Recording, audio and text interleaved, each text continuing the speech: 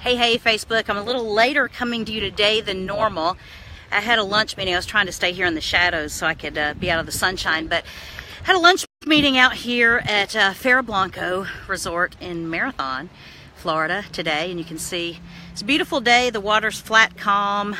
I'm right here near the lighthouse. Let me go this way. Let me not get my finger in the picture. Let's see. There's the lighthouse.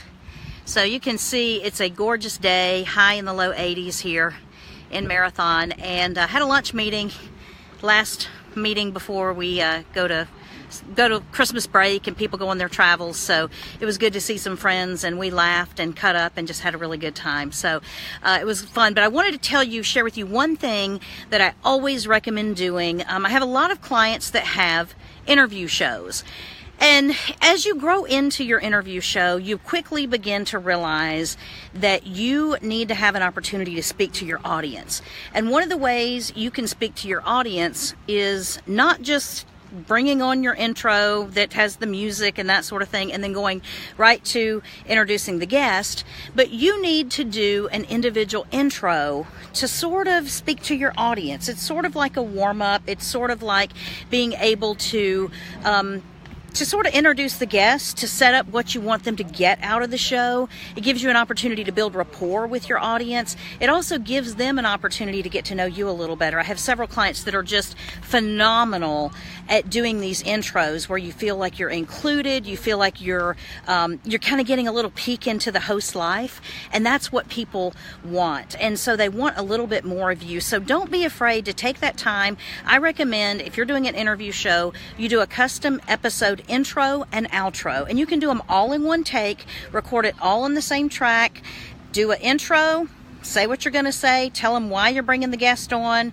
but don't just focus on the guest. Tell them a little bit about yourself. Tell them a little bit about what's going on in your life, some things that you have going on, and then introduce the guest and tell them what you want them to get out of the show. Now, I will tell you this. A lot of my clients will have done interview after interview after interview, and they'll wait till much later to go back and try to do an intro for it. And then they'll have to go back and listen to the show, remember what the show was about. And what I recommend doing is add 15 minutes to your interview time. Once you get off the phone with that guest, you're still on that. You know what I'm talking about when I say you're on an adrenaline high. You're going, yes, that was an awesome interview. It was so great. You're still living that, and you're still feeling that. Your energy is up. You don't have to sit there and think about it. But what you can just do is go right into your recording software and do almost from no script or anything, an intro for that interview, because you are still so excited about it. And then just give yourself a pause and do the outro and just be like, wow, that was so awesome. I'm so glad so-and-so came on and shared this with us today.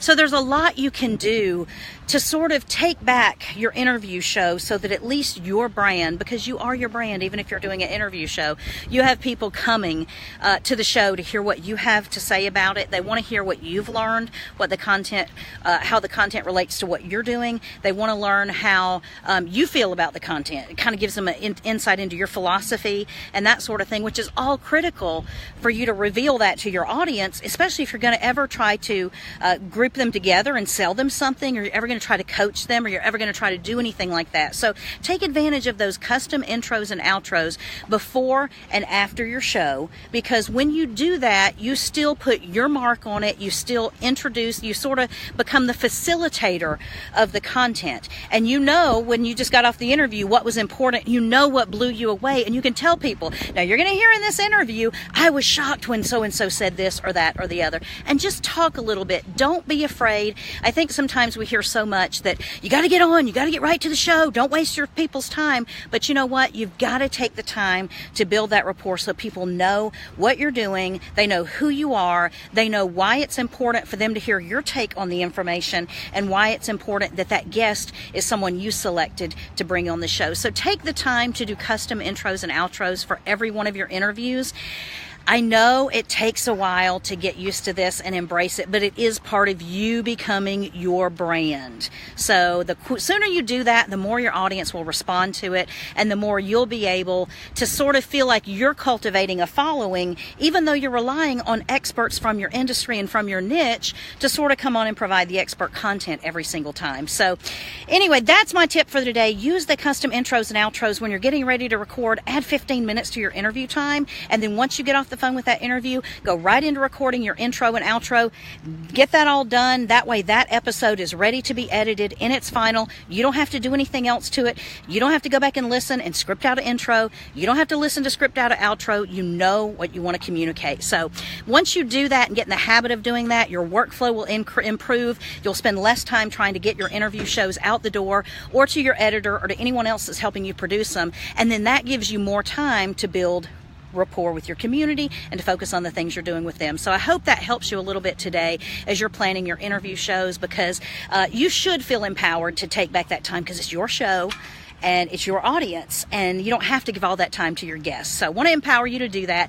If you have any questions, please feel free to hit me up. Leave them in the comments here. I'll be glad to answer them for you. Hit me up on Messenger, anything like that. Again, I'm here today. I'm at Ferro Blanco in Marathon, Florida. You can probably see there's a few jet skiers that, as we've been having lunch out here, a few jet skiers that have flown by.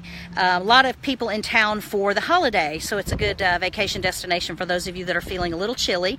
It's 83, I think, today. Light wind, but pretty much flat calm out there in the ocean, and we got some beautiful boats surrounding here in the Ferro Blanco Marina here. So anyway, thanks for stopping by, and I'll be here tomorrow with day 23 of the Facebook Live 30-day challenge.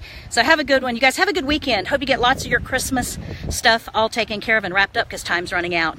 Bye-bye. Thanks. Bye.